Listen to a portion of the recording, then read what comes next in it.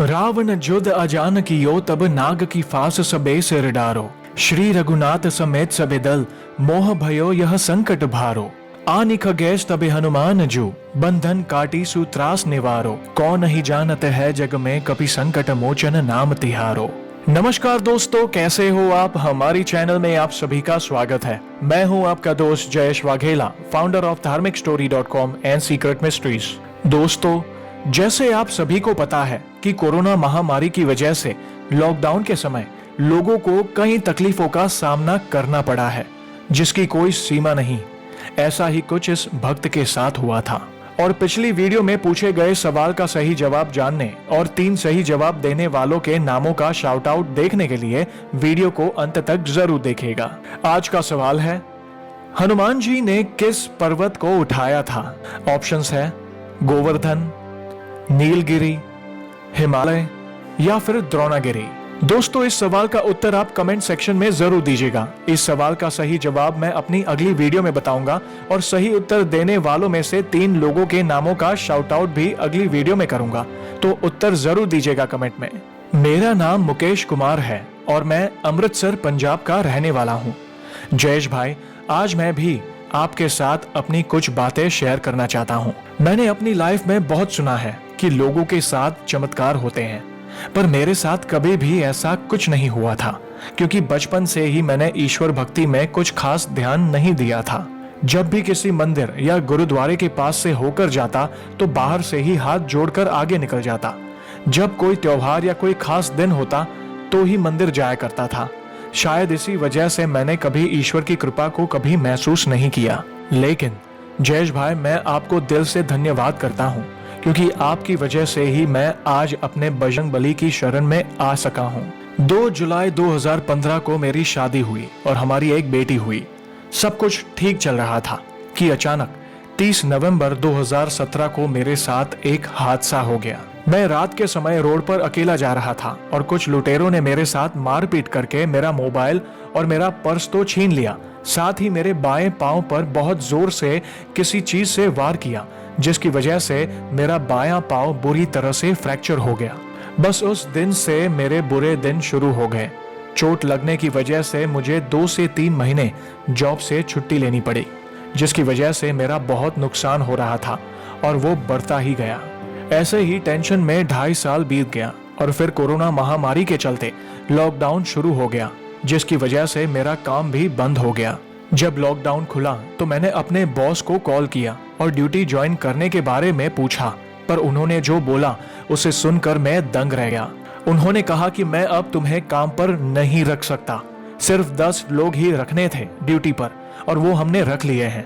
मुझे समझ नहीं आ रहा था कि अब मैं क्या करूं और कहां जाऊं। कर्जदारों के भी कॉल्स आने शुरू हो गए थे कि कब तक पैसे दोगे। जिस फाइनेंस कंपनी से लोन लिया था मैंने उनसे भी बात की नई लोन देने की, लेकिन वो बोले पहले पुराना लोन क्लियर करो फिर बात करना नई लोन की। 1 महीना हो चुका था लॉकडाउन खुले हुए और मुझे कहीं भी काम नहीं मिल रहा था। बहुत बुरे दिन आ गए थे। फिर ऐसे ही एक दिन शाम के समय मैं YouTube पर कुछ वीडियोस देख रहा था और मेरी नजर आपकी एक वीडियो पर पड़ी। मैंने वो वीडियो प्ले की और जयेश भाई, उसी वक्त सबसे पहले मैंने आपका चैनल सब्सक्राइब किया। सच बोल रहा हूँ, आपके चैनल की उस एक वीडियो ने आज मेरा जीवन बदल दिया। बस उस दिन से मैंने श्री हनुमान जी की भक्ति करना शुरू कर दिया।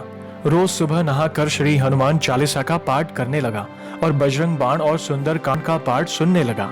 मुझे पता ही नहीं चला कि धीरे धीरे कैसे मैं प्रभु के इतने निकट आ गया। बस दिन रात प्रभु से एक ही प्रार्थना करता कि मुझे कोई रास्ता दिखाओ ताकि मैं इस संकट से बाहर निकल सकूं। फिर अचानक एक दिन मैं किसी जॉब के लिए इंटरव्यू देने गया। वो जॉब मुझे पसंद नहीं आई, लेकिन काम ना होने की वजह से मैं वो जॉब करने को मान गया। घर आकर जब मैंने घर वालों को काम के बारे में बताया तो सब ने मना कर दिया कि नहीं करना ये काम। फिर मैंने मन में ही श्री हनुमान जी का नाम लिया और पता नहीं क्या हुआ कि मैंने अपने पुराने बॉस को कॉल किया। एक बार उनसे मैंने फिर से विनती की कि मुझे जॉब पर रख लो, लेकिन वो बोले कि सॉरी, मैं तुम्हें काम पर नहीं रख सकता, लेकिन मैं तुम्हें एक कंपनी का एड्रेस देता हूँ, तुम वहां अप्लाई करके देखो, शायद तुम्हारी बात बन जाए। उन्होंने मुझे एड्रेस दिया तो अगले दिन सुबह मैं नहाकर श्री हनुमान चालीसा का पाठ करके उस कंपनी में गया। तो उन्होंने मेरा इंटरव्यू लिया और मेरा एक्सपीरियंस देखकर वो बहुत खुश हुए और मुझे जॉब दे दी, वो भी अच्छी सैलरी के साथ। ये मेरे बजरंगबली की ही कृपा थी जो मुझे इतनी अच्छी जॉब मिल गई। उसके बाद धीरे धीरे सब अपने आप ही ठीक होने लगा। मुझे पता ही नहीं चला कि कैसे मेरे सर से सारी मुश्किलें अपने आप खत्म होने लगी। ये सब मेरे बजरंगबली की ही कृपा थी। जॉब के 1 महीने बाद ही मुझे उस फाइनेंस कंपनी से फोन आया जिसमें हमारा लोन चल रहा था, और उन्होंने कहा कि हम आपको नई लोन देना चाहते हैं। अगर आपको लोन करवाना है तो अपने डॉक्यूमेंट्स लेकर कल सुबह हमारे ऑफिस आ जाएं। मैं बहुत हैरान था कि जो कंपनी नई लोन का नाम भी नहीं ले रही थी, आज वो खुद फोन करके लोन देना चाहती है। मैं समझ गया कि ये मेरे प्रभु का ही चमत्कार है और उनकी कृपा से हमें लोन भी मिल गया। मेरे बजरंगबली की कृपा से और भी बहुत कुछ अच्छा हुआ है मेरे जीवन में। उनकी शरण में आने के बाद अब कोई टेंशन या तकलीफ नहीं है। अब काफी हद तक मेरा कर्जा भी उतर गया है और मुझे मेरे प्रभु पर पूरा विश्वास है कि मेरा बाकी कर्ज भी जल्द उतर जाएगा। जयेश भाई, मैं आपको बहुत बहुत धन्यवाद बोलना चाहता हूँ, क्योंकि आपकी उस एक वीडियो ने मेरी पूरी जिंदगी बदल दी। अब मैं हर मंगलवार और शनिवार आपकी वीडियोस देखता हूँ और दिन रात मेरे बजरंगबली का स्मरण और उन्हें धन्यवाद करता रहता हूँ। जयेश भाई, आप बहुत अच्छा काम कर रहे हो, लोगों को ईश्वर भक्ति के मार्ग पर ला रहे हो। मेरी श्री हनुमान जी से यही प्रार्थना है कि आप और आपका परिवार हमेशा खुश रहे। तो दोस्तों, देखा आपने, जब एक भक्त अपने प्रभु का सच्चे दिल से स्मरण करता है, अपने जीवन की डोर उनके हाथ में दे देता है, तो प्रभु अपने भक्त की सहायता जरूर करते हैं। तो ऐसे ही है हमारे बजरंगबली। और दोस्तों, अब हम जानेंगे हमारे पिछले वीडियो में पूछे गए सवाल का सही जवाब। सवाल था, हनुमान जी किस रूप में पहली बार प्रभु श्री राम से मिले थे? इसके ऑप्शंस थे योद्धा, ब्राह्मण, स्त्री या वृद्ध। इस सवाल का सही उत्तर है ब्राह्मण। महर्षि वाल्मीकि जी के अनुसार हनुमान जी अपने आराध्य श्री राम को पहली बार किष्किंधा के वन में मिले थे। यह प्रसंग तुलसीदास जी द्वारा भी रामचरितमानस में जोड़ा गया है। इस महान ग्रंथ में यह कथा किष्किंधा कांड के नाम से है। यह तब की बात है जब वानर सुग्रीव अपने बड़े भाई बाली के क्रोध से डरकर अपने मित्र हनुमान जी की शरण में आते हैं और उनसे छिपने के लिए सहायता मांगते हैं। एक दिन सुग्रीव ने वन की ओर से 2 पुरुषों को आते हुए देखा। उन्होंने सादे वस्त्र पहने थे किंतु शस्त्र धारण किए हुए थे। सुग्रीव के मन में भय प्रकट हुआ। उन्हें लगा कि हो न हो यह भाई बाली के भेजे हुए गुप्त सैनिक हो सकते हैं जो उसे ढूंढकर मारने के लिए भेजे गए हैं। सुग्रीव ने तुरंत ही अपना यह भय हनुमान जी को बताया और कहा कि मित्र हनुमान, आप स्वयं वन में जाकर पूछताछ करें कि ये दोनों पुरुष कौन हैं, कहां से आए हैं और इनका वन में आने का उद्देश्य क्या है।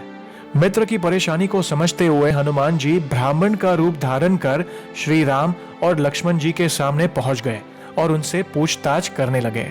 सच्चाई जानने की देर ही थी कि हनुमान जी अपने असली रूप में वापस लौट आए और झट से प्रभु श्री राम के चरण पकड़कर धरती पर गिर पड़े। यह पल ऐसा था मानो हनुमान जी को पूर्ण संसार मिल गया हो। उनके मुख से एक भी शब्द नहीं फूट रहा था। बस अपने प्रभु को पा लेने की जो खुशी उनके मुख पर दिखाई दे रही थी, उसका कोई मोल नहीं था। इस सवाल का उत्तर तो अनेकों लोगों ने दिया। उनमें से 3 लोगों के नामों का मैं शाउट आउट करूंगा, जो कि है हर्षिता कल्याण साहू, प्रकाश राजपुरोहित और पवन कुलकर्णी।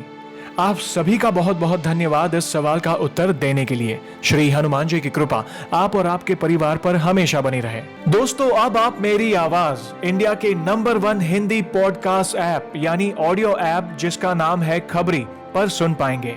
यहाँ पर मैं श्री हनुमान जी और हमारे सनातन धर्म पर बेस्ड पावरफुल मोटिवेशनल ऑडियोज लाता रहूंगा। खबरी पर मेरी चैनल का नाम है जयेश वाघेला मोटिवेशनल स्पीकर। मुझे फॉलो करके सपोर्ट जरूर करें। लिंक डिस्क्रिप्शन में दी गई है, क्योंकि खबरी पर मैं खुद सीखता भी हूं और सिखाता भी हूं। तो दोस्तों, कैसी लगी आज की ये वीडियो को लाइक और शेयर जरूर करिएगा, ताकि ज्यादा से ज्यादा लोगों तक श्री हनुमान जी की महिमा को हम पहुंचा सके। और जल्द ही हम ऐसे ही इंटरेस्टिंग टॉपिक के साथ वापस लौटेंगे। तब तक जय श्री राम, जय हनुमान।